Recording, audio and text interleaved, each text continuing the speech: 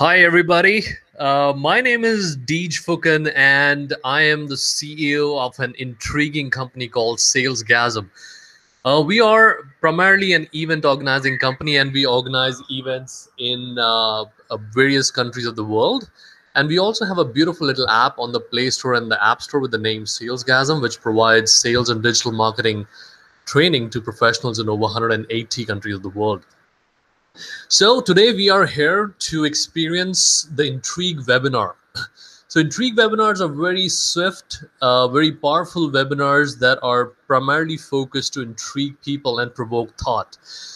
They're just 30 minutes, around 25 minutes for the speaker to talk about a topic, and the next 5 or 10 minutes for the audience to ask questions. So as we move on, please keep writing questions and post it on the chat section, and we'll pick it up and ask the speaker directly.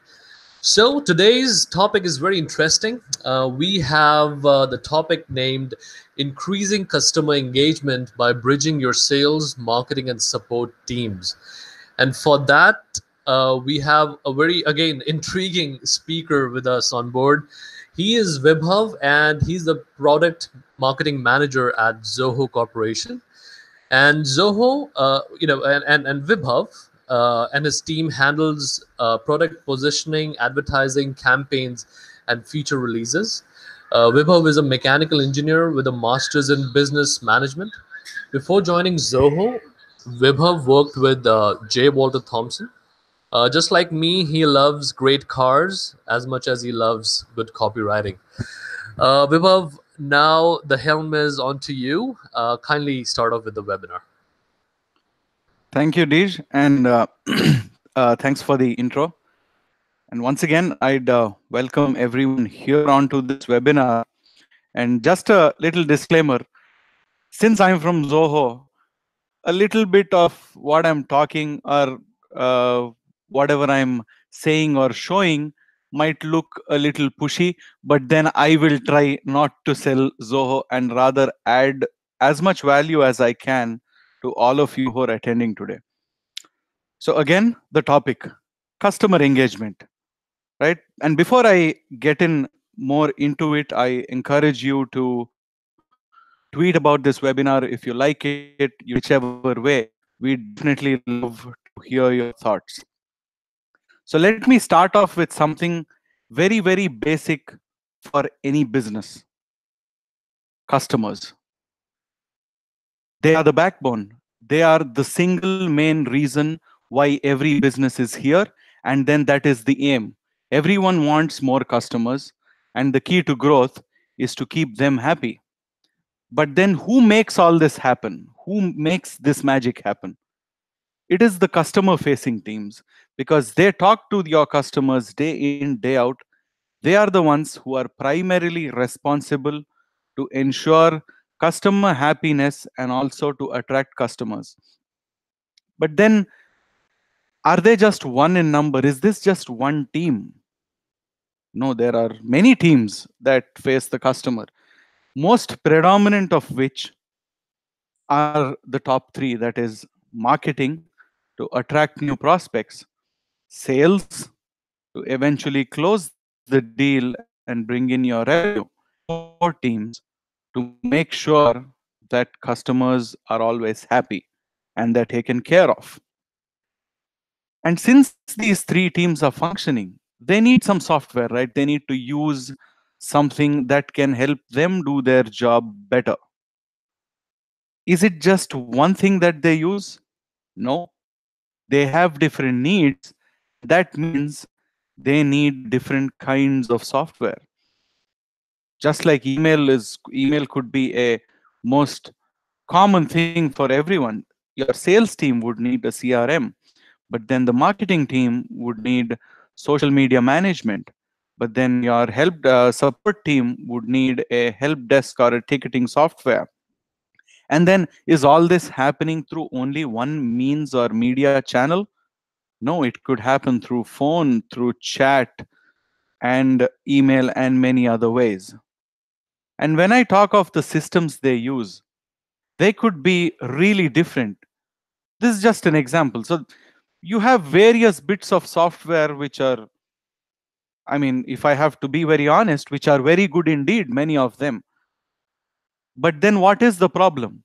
If all these products were so ideal, if they did their own job very well, where does the problem lie? I mean, sounds good, but then does it really solve your customer engagement problem? No, it does not. And why doesn't it? A, first of all, you have too many choices to choose from. Many scenarios, choice can be a good thing, but not always. B, each of these products have their own separate user interfaces and experiences. And then you have multiple learning curves for each of these teams. I mean, your support reps are going to be trained for 2 months, while the sales rep gets a 3 month training, but then the marketing team gets a 3 week training, each on their own bits of software. All of them don't talk to each other. And then there's the issue of licensing. As an administrator, how are you going to remember when you need to renew your CRM account, and then you need to renew your help desk software, you need to renew your marketing software, and again, that's just not one marketing software. It could go into many in number. And then you, of course, have deployment complexity when all of these different bits of software should talk to each other. So all these are very important factors to be considered. And of course, nothing comes free. All of these come at a much higher expense than what a out of the box or a simple solution could bring you. So in effect, if CRM is the main island, the sales island, where most of your sales and the revenue bit, the crucial bit is happening, you have a lot of other stuff around it, sharing information. But then trouble is, all of them are separate islands. All of them are not connected. There's no flow of information. But then what is the key? The key here is to bridge each of these islands together so that there is a very contextual flow of information. And when I talk about a bridge, well, that's a bridge. It could qualify as one easily, but would you walk on it? I won't. It has a lot of gaps. I don't know when I'm going to fall down. I am really not going to trust my life on something like this. And when I say bridge, I'd rather mean something more lasting, more beautiful, and something that can be trusted to get the job done.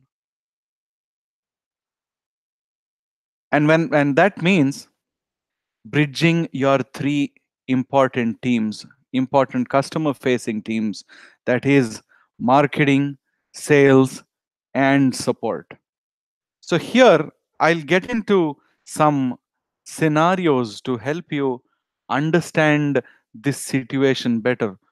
We spoke about bridging these three teams, but then unless you actually see a business case, you might not really feel the need for it.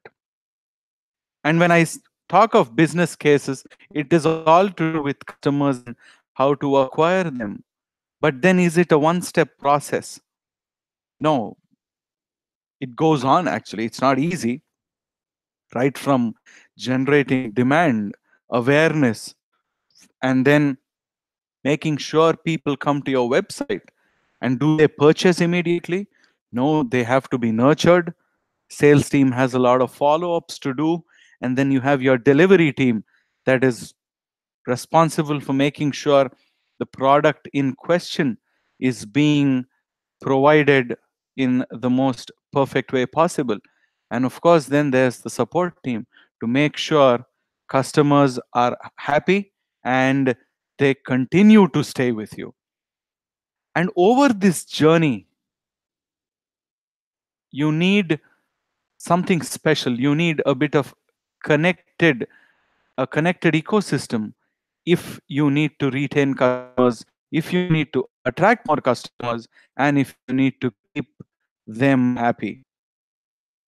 So getting into the scenarios, the first of which is, let's say you're a small business owner, you could be a CEO also, and then a customer would reach out to you. It's a free world now. Everyone can raise escalations. Most of the escalations happen to the senior members. If you're a CEO and somebody knows your mail ID, there could be a customer who has just reached out to you. But then how would you know, amidst your really busy schedule, is that person a prospect? Is that person a customer? Or if they are a customer, how valuable is this person? How much business have they given us over the past 1 or 2 years? And what do you get? Or rather, how do you get that?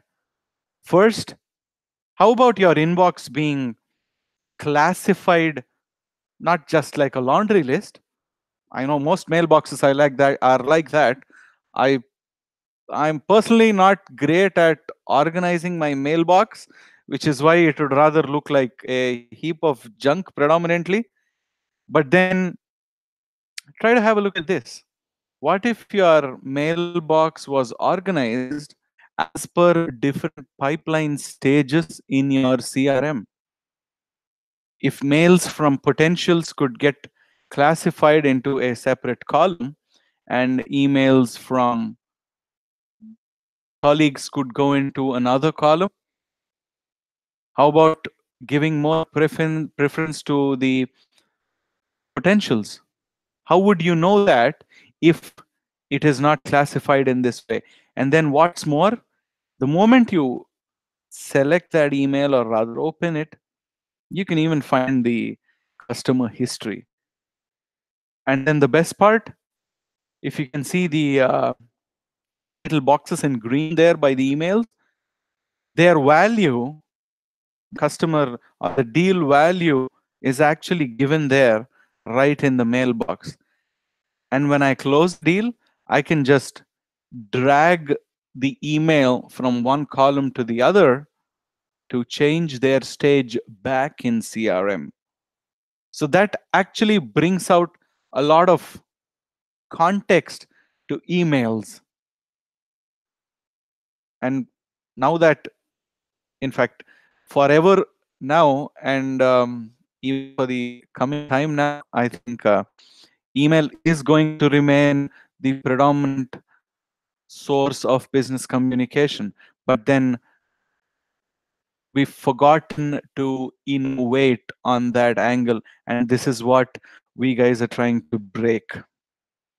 So that was one scenario. And when I said escalations, I mean, what more of an escalation ground is anything than social media? Angry customers just love going on Twitter. I mean, day in, day out, people are ranting about something or the other. Let's say your customer is pretty angry with you. They've tweeted something nasty, said they don't like your services. But then who manages your social media accounts? Most probably there is a social media marketer or a social media person.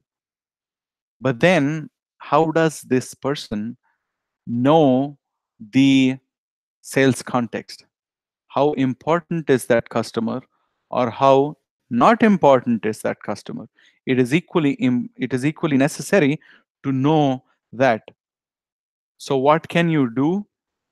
You can get all your social feed again organized as per the pipeline stages in your CRM. So essentially that translates, or rather converts, your entire Twitter stream into a well classified set of information separately from customers, potential contacts, or leads.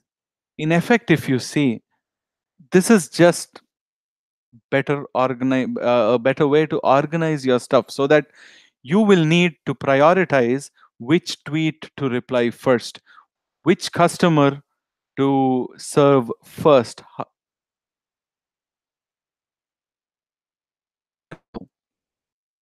So that was about social media. Moving to another scenario where, off late most websites have live chat facilities. There are many operators who are giving this, and but then who is there at the back end that is serving or rather chatting with website visitors? Most probably you would have a live chat agent. But then how often do these live chat agents know about you as a website visitor or a customer? Personally, my experience hasn't been really good. Most of the times when I've gone on any website, and I say, okay, give me a phone number. So what are you here for? I go to the same website 3 times. Every time my phone number is asked. And then they repeatedly ask me, what product are you looking for? I've told them twice already. They still don't know it. That means there's nothing at the back end that is tying all this information together. And if a prospective customer has come onto your website and then your live chat agent is chatting with them, how does the agent know that this customer, or rather this prospect, is almost on the verge of closing that deal? They've just come in to take one last glance at that pricing page. You know it when you have all your chat history integrated within your CRM, so that you have you have info on how many times they've visited your pages, how much of time have they spent on each of the pages, and then what stage of the sales pipeline they are on. Because if somebody has spent over 20 minutes on the pricing page, then I'm pretty sure that they are having a strong or rather considerable intent to buy, and then maybe they're not finding something. And that means I need to reach out to them at that specific time. What's more important is also to see how much time people spend on the pages that are not really important, then so that I don't have to proactively engage them. Again, even this is a very good means of prioritizing which customer to reach first. Because look, essentially, I know we all have only 30 days a month. And if we are salespeople, of course, there are sales targets. There's a there's a pretty aggressive sales manager breathing down your neck and saying, show me the money. But then from all those leads, how do you pick the ones that are most important? You prioritize. And it is this prioritization that I am trying to take you through today.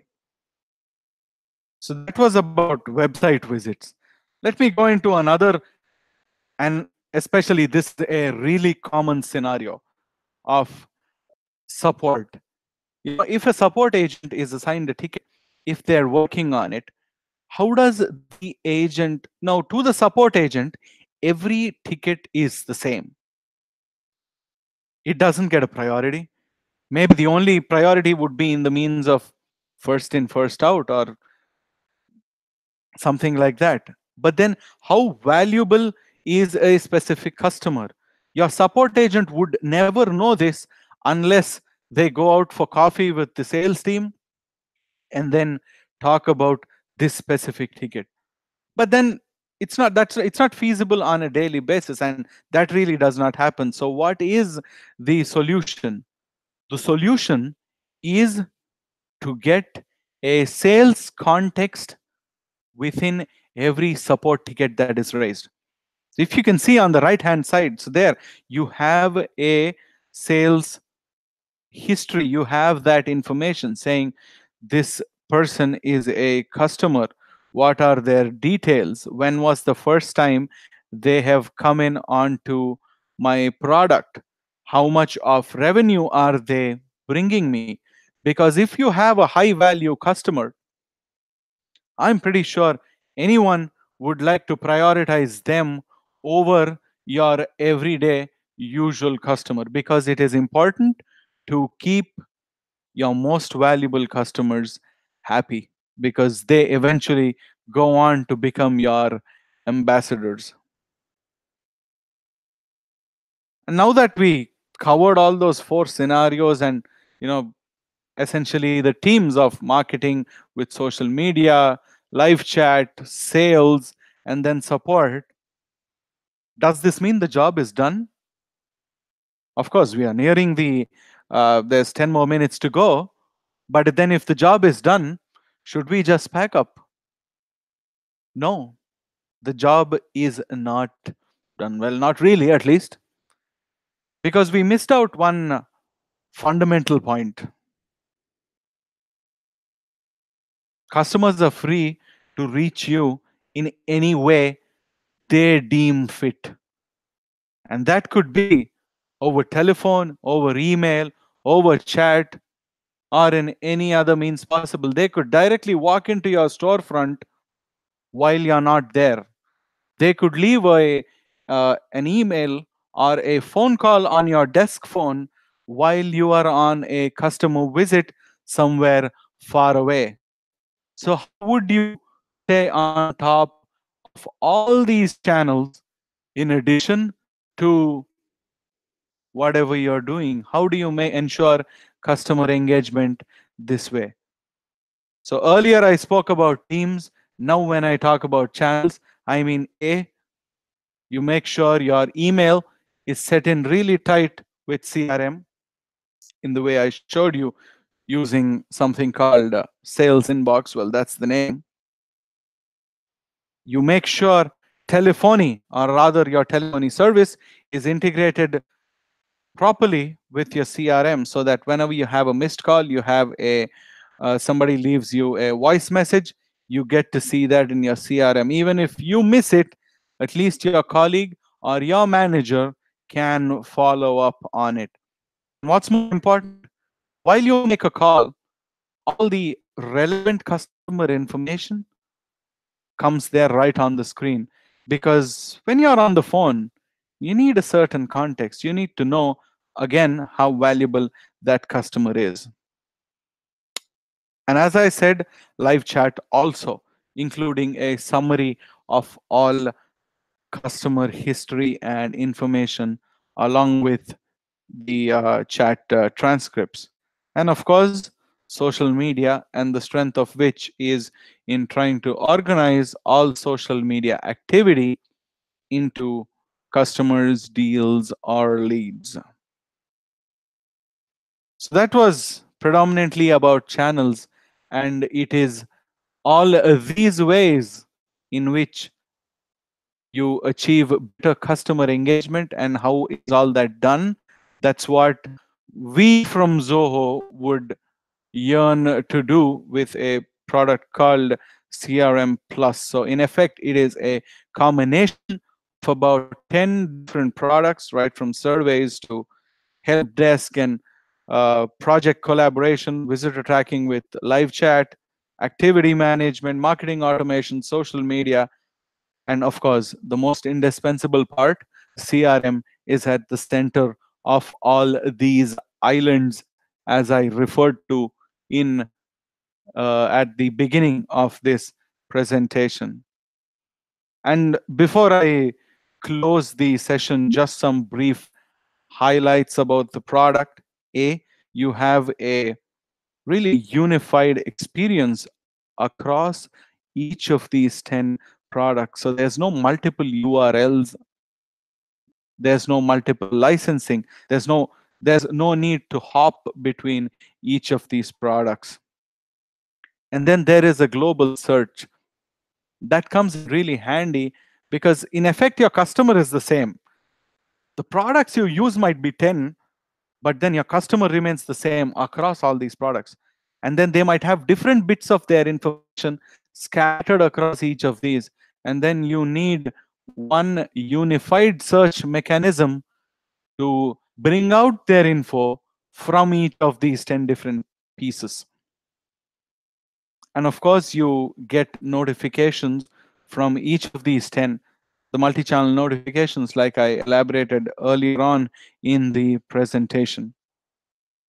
And then there's unified setup, of course.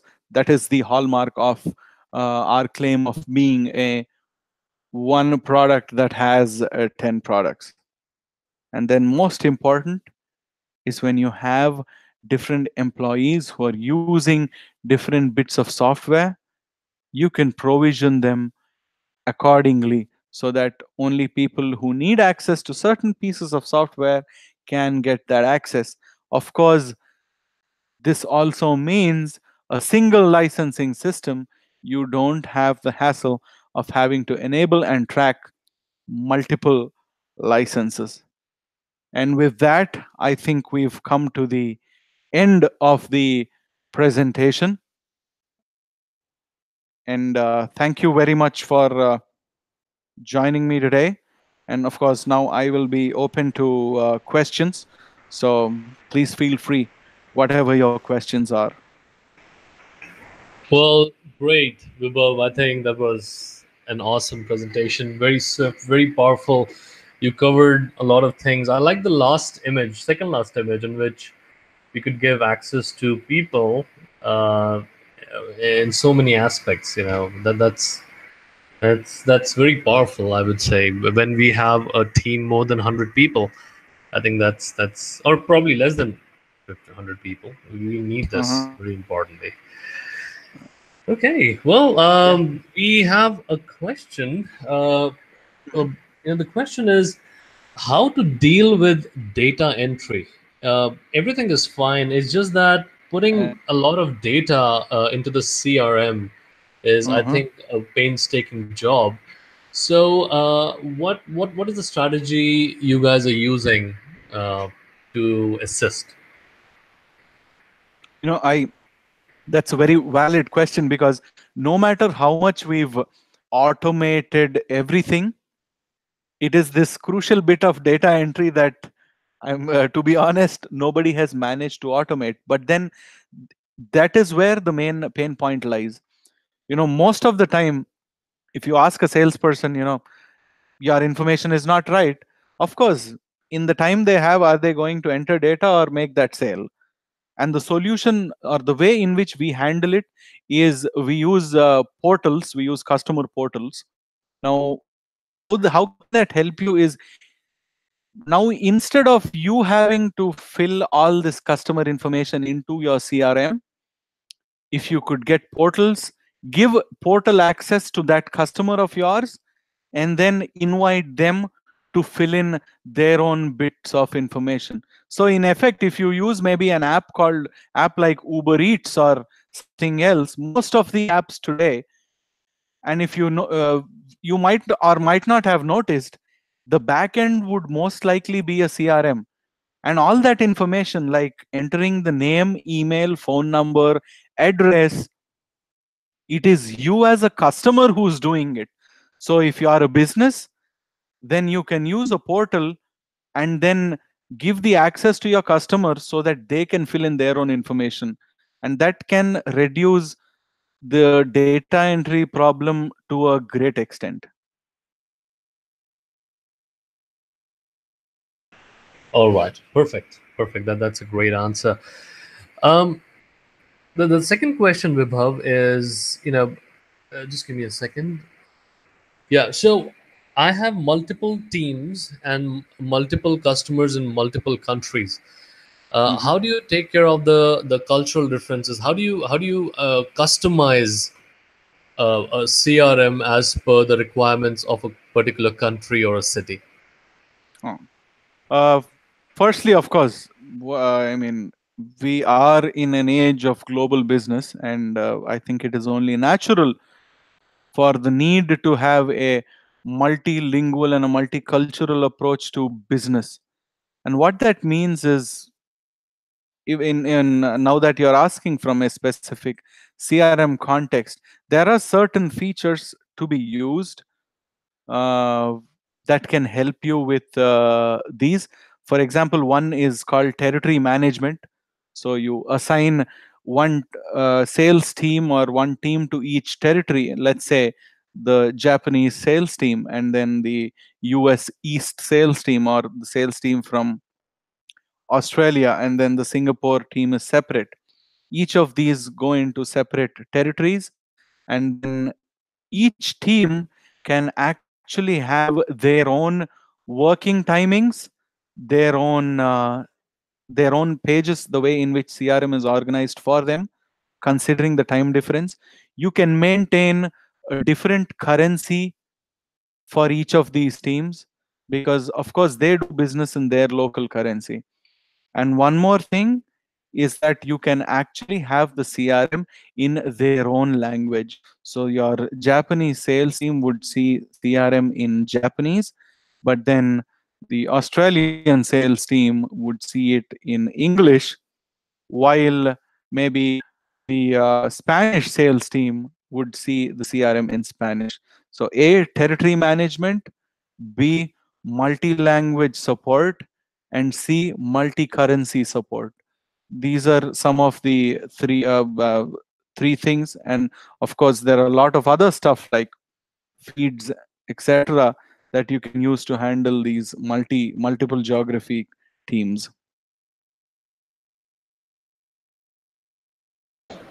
All right, great. Thank you so much. Just one more question. Just give me a Sure, second. let's take them. Yeah. Yeah.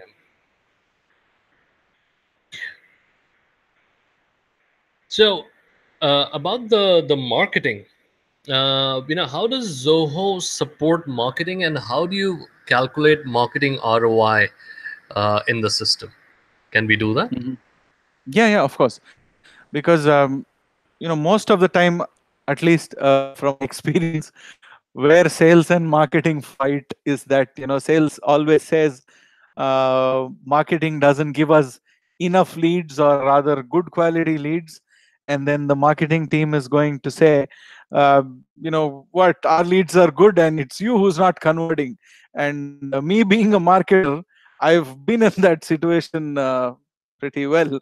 Exactly. But the key to that is to measure your marketing expenditure. And how you do that is, A, you link it with the way your sales is run. For example, let's say if you are heavily dependent on digital advertising, and that means Google AdWords predominantly, there is an integration with CRM. I mean, even Zoho supports that.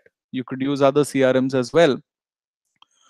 But then what is special about the AdWords integration and the Zoho CRM part of it, is that each keyword that is clicked on, that information comes straight into CRM.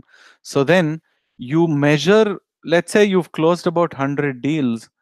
Against each of those 100 deals, you have the source information marked as source is Google AdWords. This was the keyword, and then this was the budget that this marketing campaign had.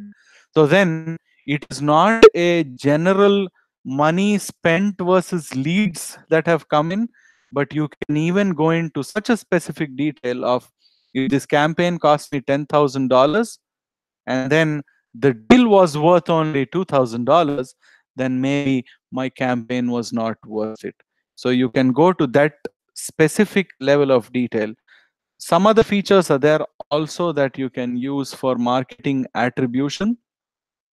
We have something called the campaigns module in CRM, where you can associate a budget, run a campaign, and then measure against its outcome.